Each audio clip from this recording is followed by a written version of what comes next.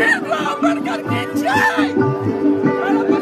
मग बाबासाहेबांचं नाव आहे तो संविधानाला कारणीभूत आहे, त्याला तुम्ही संपवायला निघालाय. पालकमंत्र्यांची फार मोठी चूक आहे मॅडम, माफी मागणार नाही, पण पालकमंत्र्यांची सुपत्रात घ्यावी.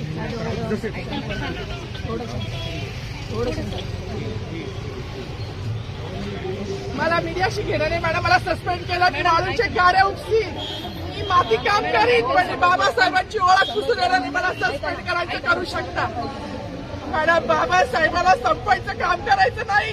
26 जानेवारी 15 ऑगस्ट मध्ये मी नाही मानत, पण लोकशाही मॅडम तुम्ही सुद्धा संविधानामुळे आहात, पालकमंत्री सुद्धा पालकमंत्री संविधानामुळे आहे. कोणताही जाती भेद नाही, सगळी समानता त्यांनी दिली आहे. बाबासाहेबांचं नाव आता तरी भाषणात येईल, मग तरी भाषणात येईल. ज्या लोक संविधानाला लोकशाहीला कारणीभूत नाही त्यांची नावं वारंवार घेतली गेली. मग जो संविधानाला कारणीभूत आहे तो प्रजासत्ताक दिनाचा जो मानकरी आहे त्याचं नाव भाषणात का नाही.